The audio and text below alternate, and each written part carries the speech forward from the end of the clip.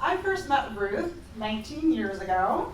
I was a young, as you just noted when we talked about this, very young, eager newspaper reporter at the time. And I think we were meeting to talk about a story idea. It was right before the fire, actually.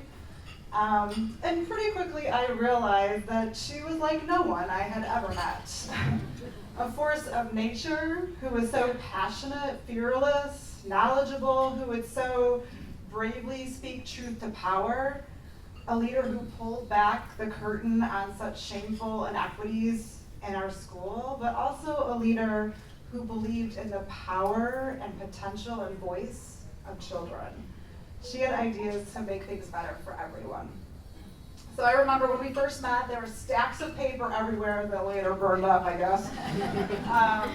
And as I sat in her office, or they're in her garage, right? There was just kind of this electric buzz, and you know, if you talk to Ruth, what I'm talking about. And there was this constant motion, and she'd pull a report out of this drawer and a brochure out of this stack, and she'd be spouting off facts and stories and quotes, and it was just like blowing my mind. And before too long, she connected me to a family whose son had been expelled. And the scene remains so vivid in my mind today, this house that was so dark and kind of bare, and the family was so hopeless and sad and lost. And I was horrified, and I was hooked. And so Ruth's fight was to become my fight. She became my mentor. Ruth is the one who inspired me to go to graduate school at the Ford School of Public Policy. And she figured out ways for me to do research with Student Advocacy Center, interviewing youth who had been expelled.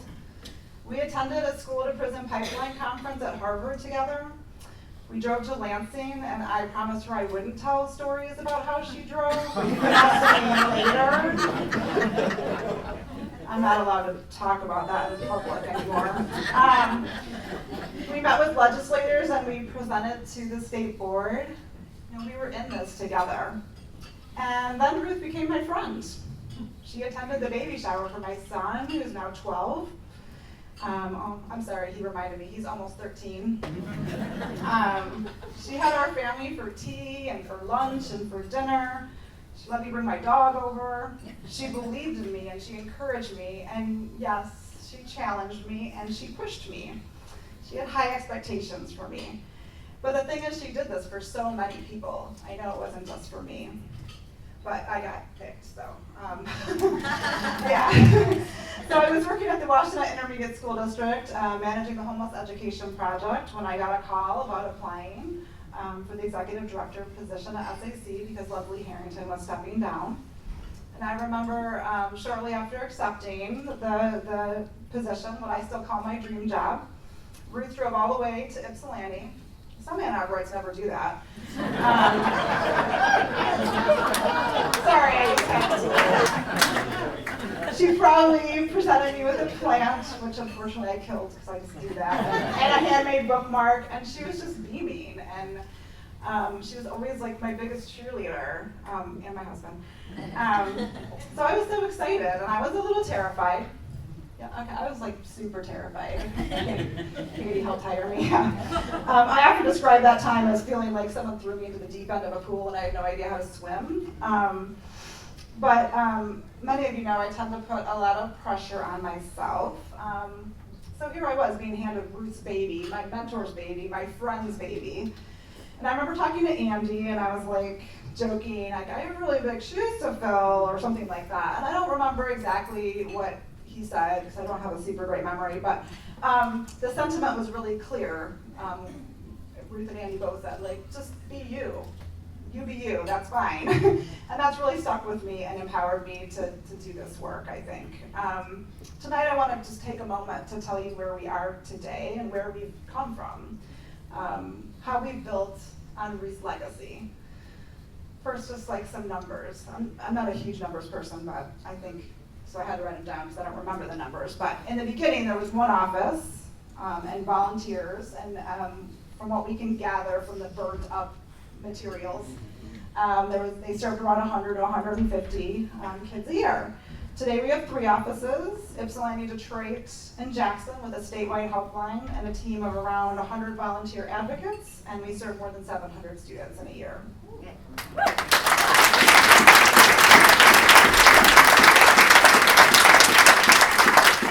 Even in the past 7 years since I started, we've seen so much change. So when I started, we had fewer than 5 staff.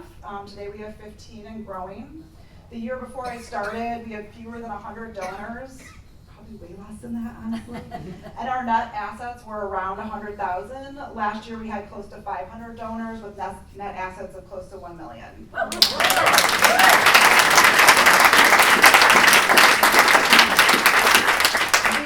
Have really built connections with our supporters. Many of you are our supporters in the room, in ways that have allowed us to really carefully grow, serve more students, and have more impact with the students that we're serving.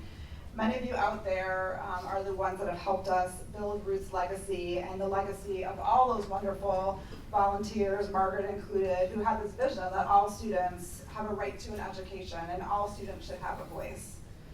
So you should know that we continue to do that one-on-one advocacy that Ruth and Margaret made SAC famous for. We still help families and students navigate expulsion hearings and special education meetings and behavior meetings. And we've built on that legacy by incorporating restorative practices into the model and using those questions to help youth understand that the harm they've caused and having them come up with ways to repair that harm. We've built on that legacy by building up this huge team of trained volunteer advocates, many of them University of Michigan students, ready to attend disciplinary meetings across Southeast Michigan, so we don't just have to, look, I wasn't driving all over Michigan like Ruth, okay, so we built another way to serve those families all over. You should know that we have built on a Ruth's approach of doing whatever it takes to help students. So I think about stories of Ruth packing sandwiches for lunches, offering tutoring in her kitchen, and so much more. So we've built on that legacy by bringing in an evidence-based academic mentoring program called Check and Connect in Ypsilanti and Detroit. We are so proud of that program. It works with students, and we see them every single week for at least 2 years and sometimes 4, helping them graduate.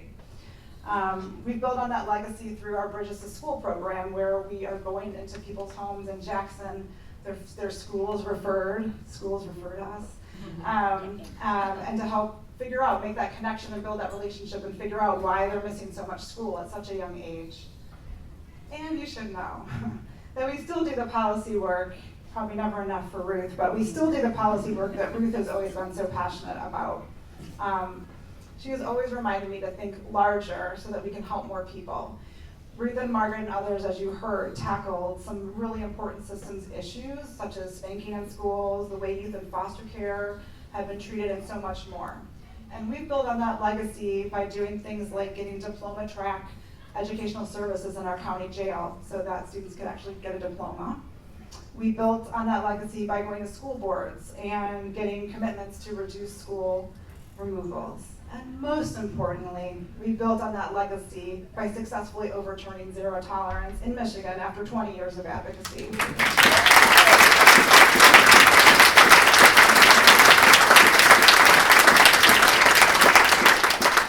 Today, SAC is a strong organization, thanks to the vision of Ruth, Margaret, and others. Thanks to the friends of Ruth and others who have faithfully supported us all these years. And I wish I could say that the work is done, but as Margaret noted, there is a lot of need left. I think of the staggering low rates of reading among our young people in Michigan, the low graduation rates for students with disabilities, which Michigan has been targeted, or the feds are watching us, okay, because of that. The rising rates of depression and suicide among our youth. The way we see more and more students in Michigan being pushed into virtual school settings with not enough support. We're very concerned about that. And just of how Michigan is ranked near the bottom in the country for academic achievement and for educational spending. SAC and our team is still here. We're fighting, we're working, we're partnering with families and schools to make things better. We hope that you'll stand with us today to honor Ruth and tomorrow as we build her legacy. Thank you.